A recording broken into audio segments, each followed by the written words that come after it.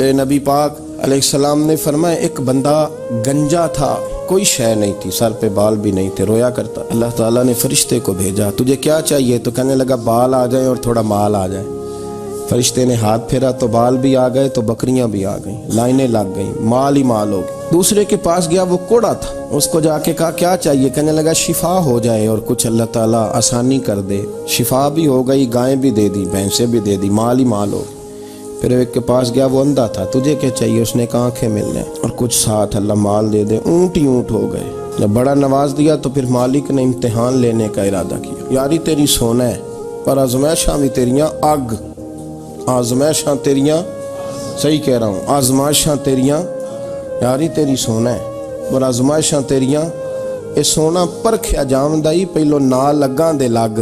اللہ نے فرمایا آزمائش کرو۔ سب سے پہلے گنجے کے پاس آئے، اسے کہا اللہ کے رستے میں کچھ دیکھا نہیں لگا، میرے خرچے ہی بڑے، دیکھو تو صحیح کتنی مشکل میں وقت گزارتا ہوں، حال ہی کوئی نہیں۔ تو اس نے کہا میں نے تو سنا ہے تو گنجا اور بھوکا ننگا تھا۔ کہنے لگا میں تو جدی پشتی رئیس اعظم ہوں، تجھے کس پاگل نے کہا ہے بھاگ جا؟ اس نے کہا اچھا جیسے تو تھا ویسے ہی ہو جائے۔ کھیت کھلیان اجڑ گئے، پھر سے گنجا ہو گیا۔ حضور علیہ السلام فرمانے لگے، پھر وہ اس کے پاس گیا جو کوڑا تھا، اسے کہا کچھ دے۔ کہنے لگا خرچے ہی بڑے، اب پوچھ لیں کسی امیر آدمی سے، کہے گا چکی کے نیچے ہاتھ ہے میرا، میرے سے زیادہ تو اب پریشان بندہ ہی کوئی نہیں، کیا بتاؤں آپ کو، اتنا ٹیکس ہے، اتنا جرمانہ ہے، فلانی شے، بڑا کچھ گنواتے ہیں لوگ۔ اس نے کہا میں نے تو سنا تو پہلے کوڑا تھا۔ اس نے کہا جا دوڑ جا، میں تو رئیس اعظم ہوں، دادا بھی پردادا بھی اور ساری نسل ہی۔ اس نے کہا اچھا جیسے تو تھا ویسے ہی ہو جائے۔ پھر وہ گیا اندھے کے پاس اور جا کے کہا اللہ کے نام پہ کچھ دے۔ تو کہنے لگا رب کے نام پہ؟ یہ کھڑے ہیں اونٹ، جتنے تیرے دل کرے لے جا۔ اس نے کہا کیا معنی اس بات کا؟ کہنے لگا یار تجھے کیا بتاؤں، میں تو اندھا تھا، میں نے تو کبھی دنیا دیکھی نہیں تھی، پھر اس کریم نے فضل کیا تو مجھے بڑا کچھ دکھایا، میں کیا بتاؤں، میرا دل کر رہا ہے کہہ دوں کہ پھر اس نے کعبہ دکھایا، پھر اس نے روضہ رسول دکھایا، پھر اس نے ریاض الجنہ کے سجدے دکھائے، پھر اس نے اپنے محبوب کے دروازے کی رونقیں دکھائیں۔ اس نے بڑا کچھ دیا، اس نے بڑا نوازا۔ میرے پاس تو شاید میں بدکار پرانا خادم، کسے در ملی نہ ٹوئی، اے واصف یار نے نظر جو کی تھی پھر واصف ہی ہوئی۔ یہ تو اس کا کرم ہوا۔ تو یہ وہ کہنے لگا تو اللہ کے نام پہ جان مانگ، میں وہ بھی دینے کو تیار، میرے پاس تو شے ہی کوئی نہیں تھی، مجھے تو اپنا پتہ ہے، میں تو کوئی شے نہیں تھا، کچھ نہیں تھا میرے پاس۔ یہ تو ان کا کرم ہے کہ رخ ان کا ادھر ہے، اور مختصر سی میری کہانی ہے، یہ جو بھی ہے ان کی مہربانی ہے۔ تو وہ کہنے لگا میں بھی کچھ لینے نہیں آیا تھا، تیری آزمائش ہی کرنے آیا تھا، تیری عزتیں بھی سلامت رہیں گی، تیرا مال بھی سلامت رہے گا، تیری شفا بھی۔ اپنی زندگی میں کبھی بھی اللہ کی بارگاہ سے توجہ ادھر ادھر نہ کریں، چھوڑیں لوگ کیا کر رہے ہیں، دنیا کیا کہہ رہی، کبھی بھی اپنی توجہ دائیں۔ ہمارا یہ مسئلہ بن گیا کہ ہماری سیاست ہے، ہماری دنیا داری ہے، ہم بندوں کو راضی کرنا چاہتے ہیں، ہم دیکھتے ہیں کون کس طرح، اور آپ یقین کریں آپ تھک جائیں گے، بندے راضی نہیں ہوں گے، وہ نہیں راضی ہوتے۔ آپ ان کو منا کے لائیں گے تو ادھر والے نکل جائیں گے، ادھر کو منائیں گے تو ادھر والے نکل جائیں گے۔ اس چکر سے باہر آئیں، اس رب کو راضی کریں جو فرماتا ہے ان الذین آمنوا وعملوا الصالحات سیجعل لهم الرحمن ودا۔ فرمایا تو ایمان لانے کے بعد نیک عمل کر، میں لوگوں کے دلوں میں تیری محبت پیدا کر دوں۔ رحمان لوگوں کے دلوں میں محبت ڈال دے گا، اللہ لوگوں کے دلوں میں۔ اپنی نظر ہمیشہ اپنے رب پہ رکھیں، اتنی لمبی چوڑی دنیا داروں سے امیدیں نہ وابستہ کریں۔ میں نے دیکھا ہے لوگ کا سال ایسی کرتے ہیں، کبھی اس کے دروازے پہ کبھی اس کے دروازے پہ۔ ان چکروں سے باہر آئیں اور اپنے رب کی بارگاہ کی طرف توجہ کریں، استغفار شوق سے پڑھا کریں۔ اور اکیلے میں نہ، اکیلے میں رئیس المتکلمین مولانا نقی علی خان صاحب رحمۃ اللہ نے لکھا ہے کہ فرعون 500 سال حکومت کر گیا۔ فرماتے اصل وجہ یہ تھی کہ دنیا جب سو جاتی تھی نا تو اوپر چادر لے کے تو مسلح پہ بیٹھ جاتا تھا اور ہاتھ باندھ کے کہتا تھا رب تو ہی ہے، میرا پردہ نہ کھولنا، مالک تو ہی ہے، کرم نوازی کرنا، میری پکڑ نہ کرنا۔ وہ بےمان ہو کے اگر 500 سال ہاتھ باندھے تو گزارا کر لیتا ہے، تو ایماندار ہے۔ پر مسئلہ یہ ہے کہ تو رات کو بکل مار کے ہاتھ نہیں نہ باندھتا، تو منت نہیں کرتا، تو استغفار نہیں کرتا۔ توبہ کریں تو بچے رہیں، وہ اتنی لمبی حکومت کر گیا چونکہ رات کو کہتا تھا مالک رب تو ہی ہے، لیکن مہربانی فرما میری پکڑ نہ فرما تو اللہ نے تو اس کو مہلت دے دی۔ کافروں کو آج بھی مہلت دی ہوئی نہیں رب نے۔ بڑے بڑے فقیروں کو مالدار ہوتے دیکھا، بڑے بڑے مالداروں کو فقیر ہوتے دیکھا۔ ام ربیعہ کہا کرتی تھی، بڑی نیک عورت تھی، وہ کہتی ہیں میں بڑے امیر آدمی کی بیوی تھی، اپنے شوہر کے ساتھ چھت پہ بیٹھی تھی تو نیچے فقیر مانگنے والا آیا، اس نے بڑے درد سے صدا کی تو میں نے اپنے شوہر سے کہا کچھ دے دیں، کہا دفع کر، ان لوگوں نے دھندا بنایا ہوا ہے۔ کہتی میں میکے سے بھی بڑا مال لے کے آئی تھی، میرے ماں باپ بڑے امیر تھے تو میں نے چوری اپنے خامہ سے نظر بچا کے باتھ روم جانے کے بہانے گئی اور نیچے جا کے 5 دینار میں نے اس فقیر کی ہتھیلی پہ رکھے۔ کہتے اس نے 5 دینار دیکھے، پھر میری طرف دیکھا تو میں نے اس کی آنکھوں میں آنسو چمکتے دیکھے۔ کہنے لگے بی بی رب تیرا بھلا کرے، میں 3 دنوں کا بھوکا ہوں۔ کہ وہ چلا گیا، میں گھر آ گئی، جب باہر آئی تو میرا شوہر کہنے لگا اب اتنی تو تیز ہو گئی ہے اور تو اتنی خود مختار ہو گئی ہے، میرے بغیر پوچھے مال خرچ کرے گی، جا تجھے 3 طلاقیں۔ کہتی میں وفادار باپ کی بیٹی تھی، طلاق لے کے گھر آئی تو میرا باپ ٹوٹ گیا، چارپائی پہ چلا گیا، اوہو یہ کیا بن گیا۔ کہتی بڑی تکلیف رہی۔ 1-2 سال کے بعد میرے ابا نے میری شادی کر دی۔ اب جس شوہر کے پاس گئی وہ بڑا نیک تھا، پرہیزگار تھا، اللہ نے بہترین صلہ دیا۔ کتنی چھت پہ بیٹھی تھی، دروازے پہ فقیر آیا تو میں نے شوہر سے کہا کچھ دے دوں؟ کہنے لگا 5 نہ دینا، 15 دینا، 20 دینا، میں فقیر ہوں، میں نے فقر سے دولت دیکھی ہے، اسے خالی نہ لوٹانا۔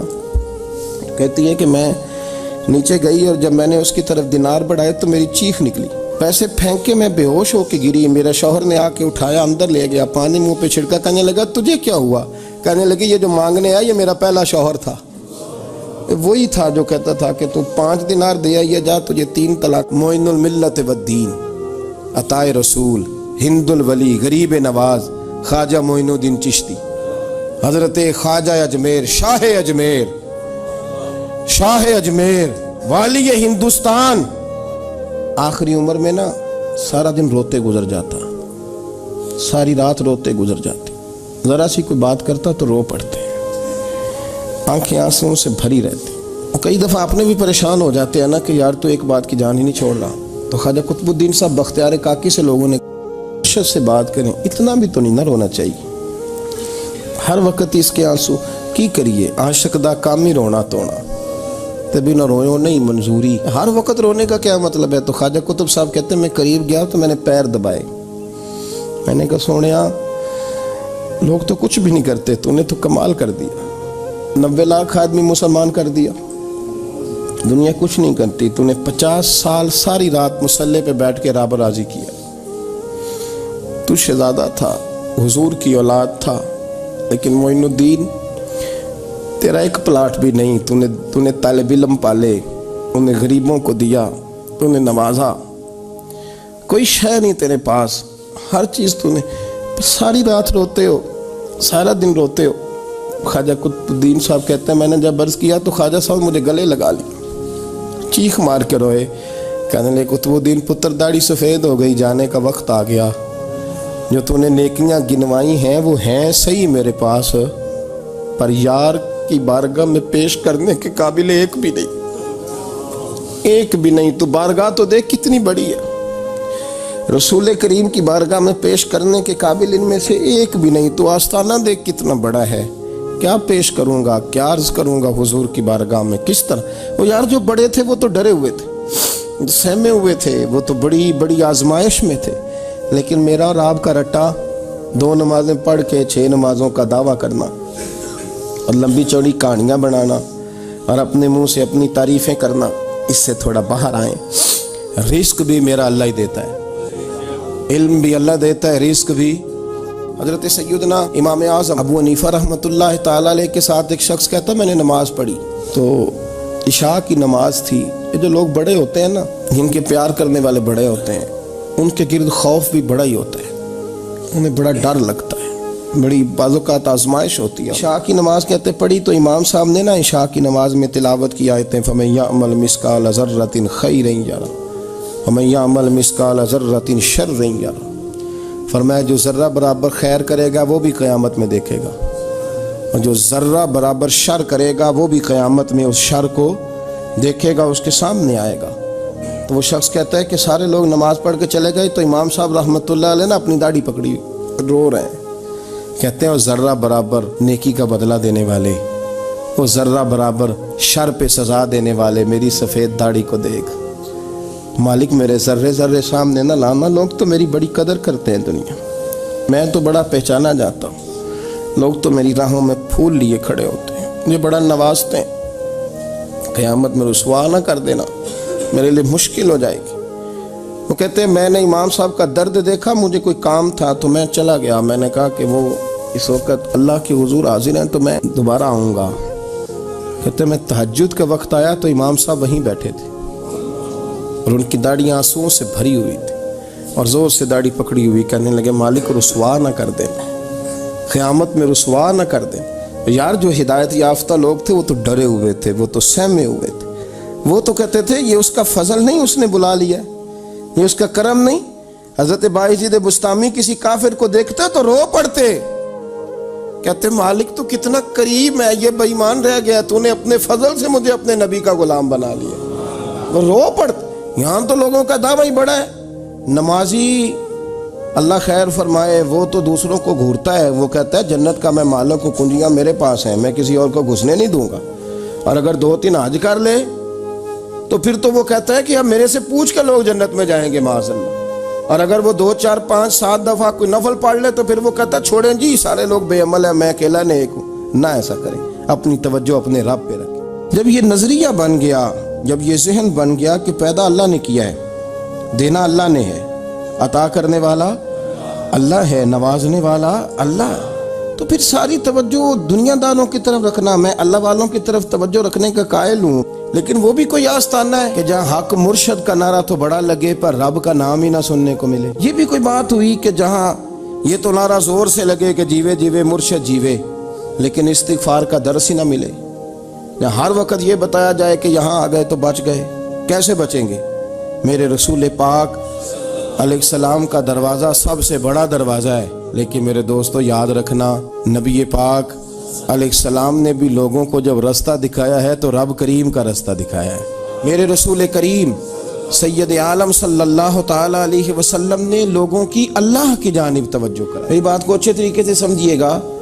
علم اللہ تبارک و تعالی عطا کرتا ہے تو اسے اللہ کی عطا ہی سمجھنا چاہیے. کچھ لوگوں کے پاس علم ہوتا ہے پر علم نافع نہیں ہوتا، وہ ٹامک ٹونجا مارتے رہتے ہیں ساری زندگی. علم کو اللہ کی عطا سمجھیں، اپنی عقل پر اپنے شعور پر زیادہ بھروسہ نہ سمجھیں، نظر اللہ پہ رکھیں. حضرت مولا علی شیر خدا کرم اللہ تعالی وجہہ الکریم سے کسی نے پوچھا تھا بڑا عالم کون ہوتا ہے؟ ہمارے ہاں تو اب وہ والے عالم پائے جاتے ہیں نا اللہ ماشاءاللہ، جو ممبر پہ بیٹھتے ہیں تو دعوے ہی دعوے، اس طرح کے عالم ہمارے ہاں پائے جاتے ہیں. وہ ہر بات میں دعویٰ کرتے ہیں. یہ مزاج علماء کا نہیں. حضرت علی المرتضیٰ سے کسی نے پوچھا بڑا عالم کون ہوتا ہے؟ فرمایا بڑا عالم وہ ہوتا ہے کہ جسے مسئلے کا پتہ نہ ہو تو وہ کہہ دے مجھے نہیں پتا، میں پتہ کر کے بتاؤں گا، غلط بات بیان نہ کرے. امام مالک سے کسی نے کوئی مسئلہ پوچھا تو آپ فرمانے لگے مجھے اس سوال کا جواب نہیں آتا. وہ کہنے لگا آپ اتنے بڑے امام ہیں تو اس سوال کا جواب نہیں آتا. آپ فرمانے لگے اگر مجھے ہر سوال کا جواب آتا پھر تو میں خدا ہوتا. مجھے تو اتنا آتا ہے جتنا میرے رب نے مجھے عطا کر دیا ہے. اپنی نظر اللہ پہ رکھیں. نکل آئیں اس معمے سے باہر کہ میں کوئی بلا ہوں، مجھے بڑا پتہ ہے، میرے پاس 6 ڈگریاں ہیں، مجھے 10 جگہ پہ تدریس کا شغف حاصل ہے. اس سے نکلیں باہر. قرآن مجید دیکھیے گا اللہ تعالیٰ نے ارادہ قدرت فرمایا کہ میں حضرت آدم کو بناؤں گا. پھر بنانے کے بعد فرمایا فرشتوں سجدہ کرو آدم کو. سب نے سجدہ کیا الا ابلیس ابا واستکبر وکان من الکافرین، سوائے ابلیس کے، اس نے انکار بھی کیا، تکبر بھی کیا اور کافروں میں سے ہو گیا. تو یہ جب اللہ تعالیٰ نے سجدہ کرایا تو کیسے کرایا؟ اللہ تبارک و تعالیٰ نے نا حضرت آدم کو علم سکھایا خود. وعلم آدم الاسماء کلہا. خود اللہ فرماتا کہ میں نے جناب آدم علیہ السلام کو تمام اشیاء کے نام سکھائے. تو وہ چیزیں پھر میں نے نا اللہ فرماتے ہیں میں نے فرشتوں پہ پیش کی. میں نے کہا کہ بتاؤ ان کے نام کیا ہے. تو فرشتوں نے جو جواب دیا ہے وہ سمجھنے والا ہے. اللہ نے چونکہ خود علم سکھایا تھا حضرت آدم کو لیکن فرشتوں کو نہیں سکھایا تھا. تو اللہ کریم نے فرمایا فرشتوں یہ بتاؤ ان چیزوں کے نام کیا ہیں. تو فرشتے کیا کہتے ہیں؟ فرشتے عرض کرتے ہیں قالوا سبحانک لا علم لنا. آپ کبھی یقین کریں اس چیز کی لذت لیں تو مزہ آ جائے. کہا قالوا سبحانک، کہنے لگے تو پاک ہے۔ آدم علیہ السلام کو نام سکھا لیے، پھر فرشتوں کے سامنے وہ چیزیں پیش کر کے کہا ان چیزوں کے نام بتاؤ، تو فرشتے کیا کہتے ہیں؟ کہتے ہیں قالوا سبحانک، تو پاک ہے، لا علم لنا، ہمارے پاس کوئی علم نہیں، الا ما علمتنا، ہمیں تو اتنا پتہ ہے جتنا تو نے ہمیں سکھا دیا۔ اور یہ کیوں تو نے ہمیں جتنا سکھایا اتنا پتہ ہے؟ فرشتے یہ نہیں کہتے یا اللہ تو زیادہ سکھا، آدم کو دیا تو ہمیں بھی دے، یہ نہیں فرمایا، فرمایا انک انت العلیم الحکیم، اے اللہ تو علم والا بھی ہے اور حکمت والا بھی ہے، تجھے پتہ ہے کس کو کتنا دینا ہے، جتنا تو نے مناسب سمجھا جناب آدم کو دیا، اور جتنا تو نے بہتر سمجھا وہ تو نے ہمیں عطا فرمایا۔ میرے عزیز، علم اگر آپ کے پاس ہے تو اس کو اللہ کی عطا سمجھیں۔